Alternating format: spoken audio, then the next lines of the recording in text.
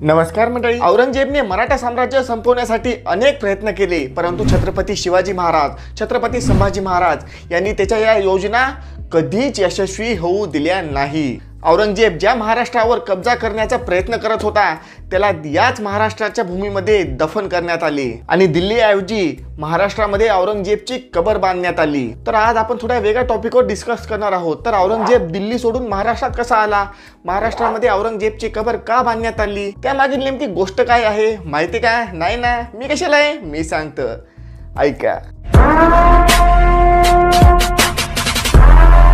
छत्रपती शिवाजी महाराज यांचा मृत्यू 1680 रोजी झाला. त्यानंतर 4 लाखाचा फौजफाटा घेऊन औरंगजेब दख्खन जिंकण्यासाठी 1681 मध्ये महाराष्ट्रात आला. परंतु शिवरायांचा छावा म्हणजेच आपले छत्रपती संभाजी महाराज, औरंगजेबला छत्रपती संभाजी महाराज यांनी कडवी झुंज दिली. परंतु 1689 मध्ये झालेल्या फितुरीमुळे औरंगजेबने छत्रपती संभाजी महाराज यांना हाल केले. त्यानंतर सुमारे त्या काळचे 14 कोटी रुपयांचा खजिना आणि 4 लाखाची सेना घेऊन औरंगजेब महाराष्ट्रात घुसला. मात्र छत्रपती संभाजी महाराज यांच्या नंतरही मराठ्यांनी औरंगजेबला कडवी झुंज दिली. राजाराम महाराज, ताराराणी, संताजी धनाजी यांनी औरंगजेबला सोडो की पळो करून सोडलं होतं.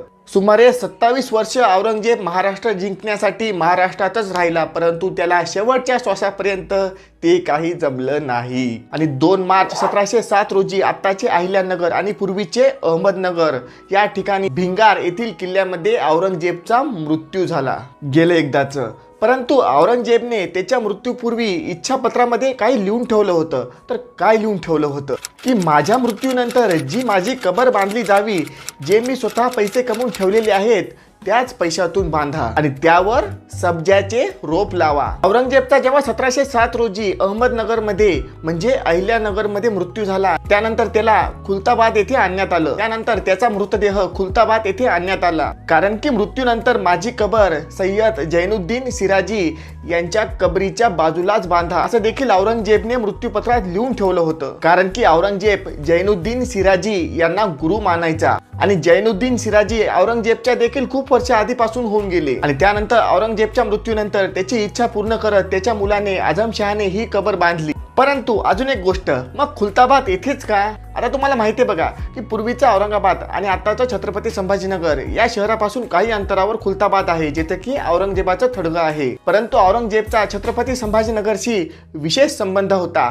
कसा? तर 1636 ते 1644 पर्यंत औरंगजेब इथे सुभेदार होता. सुरुवातीच्या काळात त्याला दौलताबाद हा प्रदेश प्रशासकीय केंद्र म्हणून देण्यात आलं होतं. मात्र त्याला औरंगाबाद अधिक आवडल्याने त्यांनी तो बदलून घेतला. खुलताबादला इतिहास काळामध्ये जमिनीवरचा स्वर्ग असं म्हटलं जायचं. या खुलताबादमध्ये अनेक सुफी संतांच्या कबरी देखील आहेत. त्यामुळे औरंगजेबने मृत्यूपत्रामध्ये असं लिहून ठेवलं होतं की माझी कबर पण याच ठिकाणी बांधावी आणि त्याच्या पोरानं देखील त्याची कबर याच ठिकाणी बांधली. परंतु आता ही कबर महाराष्ट्रातून उखडून टाकावी अशी 4ही बाजूंनी मागणी होत आहे. तर ही जर का माहिती जर का तुम्हाला साध्या सरळ सोप्या भाषेमध्ये आणि संक्षिप्त रूपामध्ये जर का कळाली असेल तर लगेच व्हिडिओला लाईक करून टाका, शेअर करा, इंस्टाला प्लीज फॉलो करा आणि चॅनलला लगेच सबस्क्राईब करून टाका. भेटूया नवीन माहितीसह, नवीन व्हिडिओसह पुढच्या वेळेस. तोपर्यंत गुड बाय.